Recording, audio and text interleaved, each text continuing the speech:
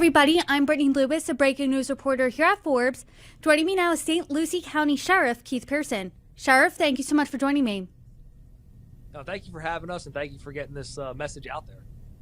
Of course, a really big story, a bit of a surprise. On Monday, President Joe Biden commuted the sentences of 37 out of the 40 prisoners on federal death row.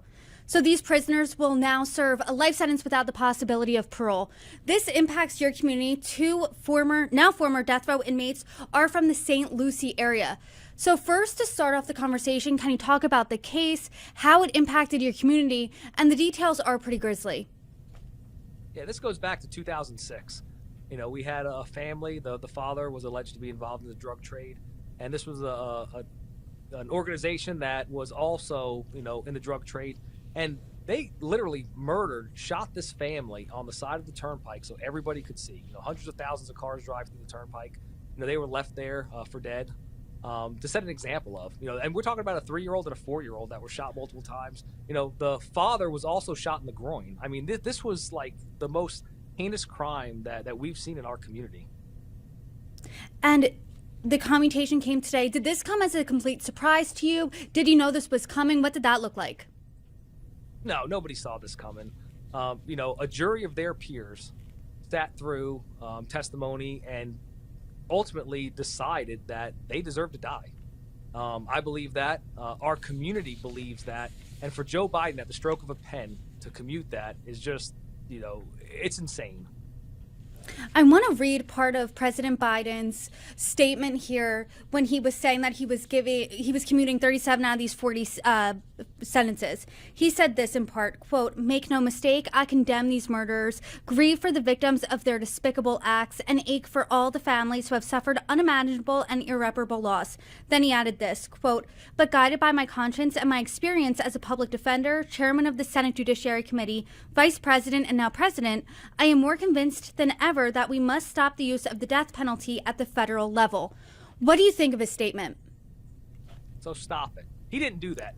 He chose to leave a few people on death row. So if his policy and his stance was I'm against the death penalty and he commuted everybody, great. That's your right. That's the woke ideology that he has. That's not our ideology. He didn't do that. He didn't even do what he said he did in there. If you go back to that, we could read another quote that he put in there that's just going to make your mind flip. On the first page, he believes that the Americans must stop the use of the death penalty at the federal level, except in cases of terrorism and hate-motivated mass murders. So it's a double-edged sword. You can't have it one way and not the other. Let's talk about that, because he did leave 3 people off, and those are the people responsible for the Tree of Life synagogue shooting, the Boston Marathon bombing, and the Charleston church shooting. So logistically, if he's saying that he doesn't believe in the death penalty, that shouldn't be used at the federal level, why not commute everyone? There you go. I mean, you said it yourself. If that's just again, this goes right back to a woke ideology that 77 million Americans didn't want. And that's why come January 20th, the handcuffs are coming off law enforcement. The handcuffs are coming off prosecutors. They're going back on the criminals where they belong. And we're going to see the change that's much needed. And unfortunately, I'm sure there's going to be a lot more destruction from the Biden-Harris administration before they're out, January 20th. So it's just terrible that these families, especially, they chose to do this right before Christmas. I mean, they're sitting around the Christmas table.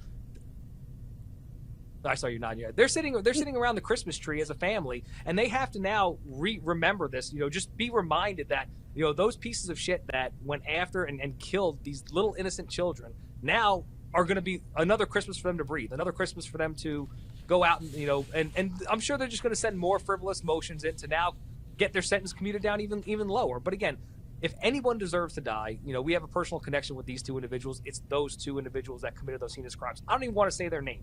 This isn't a third world country where there's bodies hanging from the bridges to send a message to criminal organizations that they're tough on, that they're to be feared. This is America, and this sort of behavior should never be tolerated. The citizens in our community, a jury of their peers, said they deserve to die for their actions, and that's exactly what should have happened.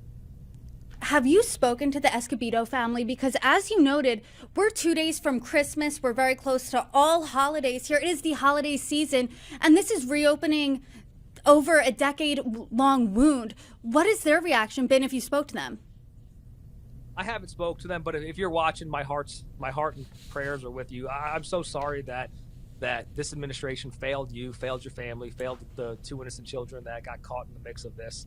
And I just, from the men and women of the sheriff's office, the dedicated detectives that put so much time and effort into bringing justice to you, that unfortunately justice won't be served. And I'm sorry for that. And there's no words can describe the pain that you're feeling, and no words can describe the actions that this administration took to take that justice away from you. And I apologize.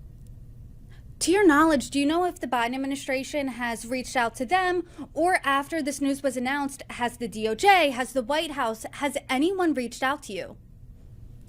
You know, no one's reached out to us. We found out on social media like everybody else. You know, I woke up this morning and I saw that, and I mean, it's a very emotional post that I put out there, but it's a message that our community needs to know, that you know, our community spoke. Back in 2006, they said that the actions of these two individuals were heinous, and they deserve to be put to death for this. And the jury of their peers decided that their fate. This wasn't the government deciding their fate. This was a jury of their peers. And to have at a stroke of a pen an administration whose woke ideology is, oh, I don't believe in the death sentence, but just not for these people, only for those people. You know, do what you say and say what you mean. You know, it's just a coward way out. And I'm sure there's going to be a lot more issues that are going to just bring light or shed light to what's happening at our federal level with this current administration. I can hear how mad you are, and I want to read in part your Facebook post in a little bit, but would you be less mad, do you think, or would you understand it more if he commuted all 40 people sitting on federal death row? You know, I believe in the death penalty.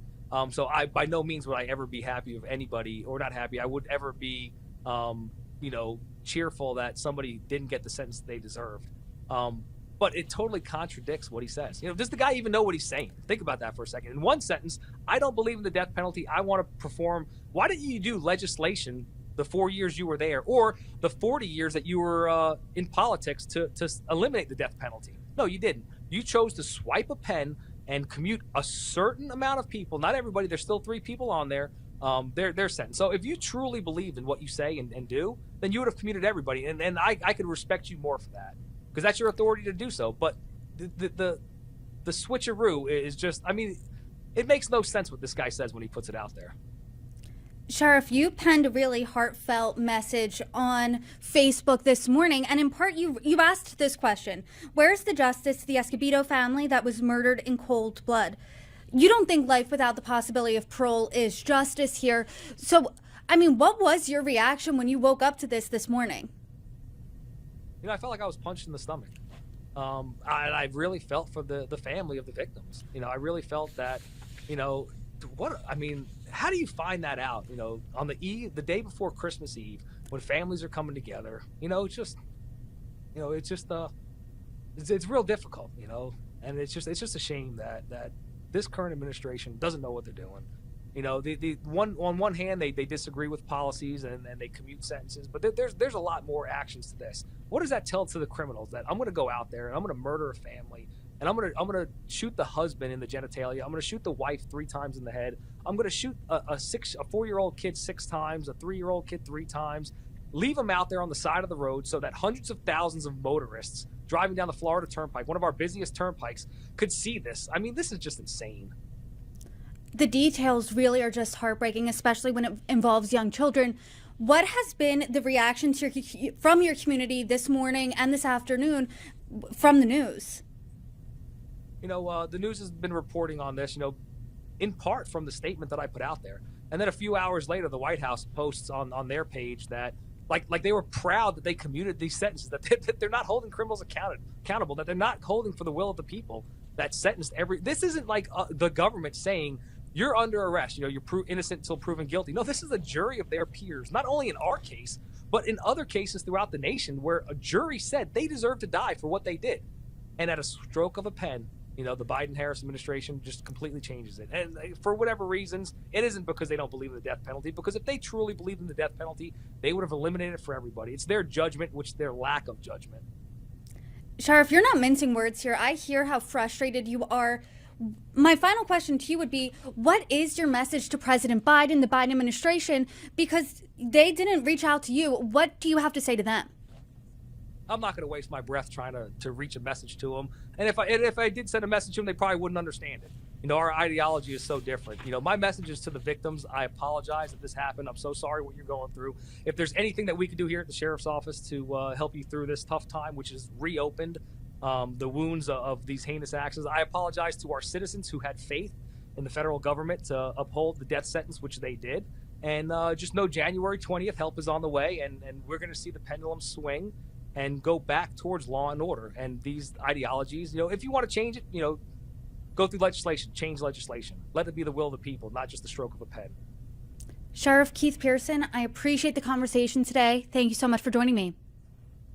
Thank you.